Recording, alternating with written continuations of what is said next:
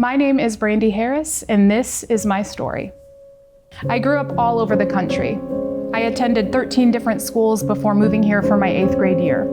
I became a Reed Beaver, simultaneously the best and worst mascot of all time.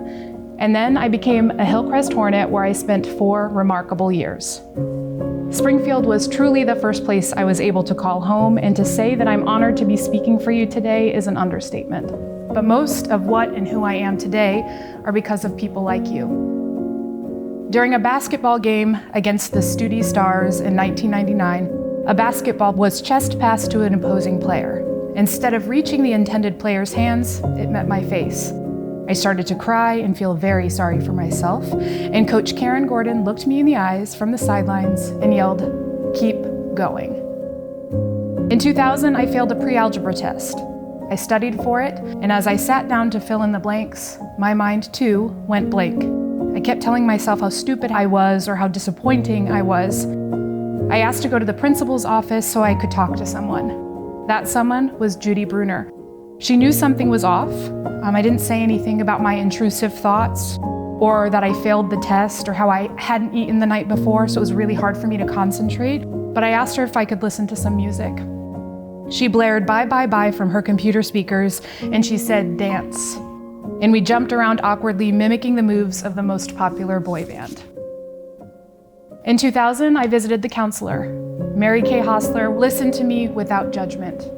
I shared some news with her that would cause many adults to panic or enter solution mode. Instead, she looked me in my eyes, hugged me, and said, "I believe you." And then she connected my family and I to much needed services. In 2002, I met Chad Bruton for the first time. The new speech and debate coach embraced me and taught me how to advocate for myself. As I entered the final round as a novice to qualify for the National Speech and Debate Tournament, he said, "Go win it, you can do this, believe you can, and then go and do it." I did. In 2003, I was nominated for Homecoming Queen. I was so excited. It meant that people liked me, right? And that's all you want as a high school student. Then immediately that excitement turned to dread. There was this tradition where the Homecoming Queen candidates would wear a white dress. We were very poor, and I could not ask my mom for another dress. The next day, Dr. Julie Leith, Hillcrest principal, called my mom into her office and gave her $200 and said, "Go buy Brandy the dress of her dreams." For the first time in a long time, I felt like I fit in, and I was truly happy. In 2004, I finished my final assignment as student body president. I graduated high school and became the first in my family to attend college. Based on my experiences, a textbook might say that I was destined to become a statistic, that my path was predetermined.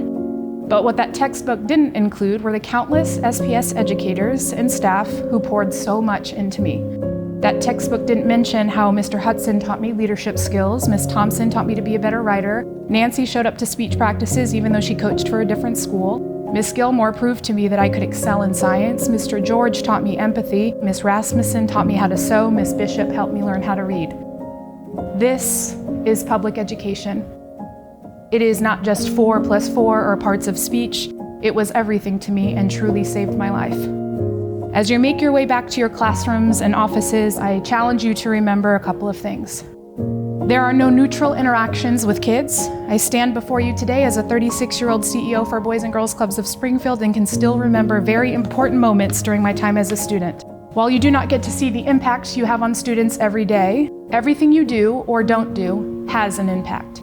I can promise you that you and your work are very important. Demographics might suggest that many of you work for at-risk students. I'm here to remind everyone in this room today that every child is at risk of something if they're not given a space with trusted adults who are irrationally passionate about them. I also want to leave you with some advice that my educators gave me. Keep going. Dance, belong, eat, talk to trusted adults, and prioritize your mental health. Hustle up and try again. Believe you can, and then go and do it. Thank you so much for doing what you do. Thank you for showing up to make the world a better place for kids. Thank you for persevering even though there seems to be an attack on public education. Your jobs are so difficult, but they are also the most important jobs in the entire world. There will be days where you question why you chose this career, and then there will be days where a student comes up to you and says that you were the reason they didn't give up. SPS, thank you so much for everything you've done for me and for all the incredible things I know you'll do this year. My name is Brandy Harris, and this is my SPS story.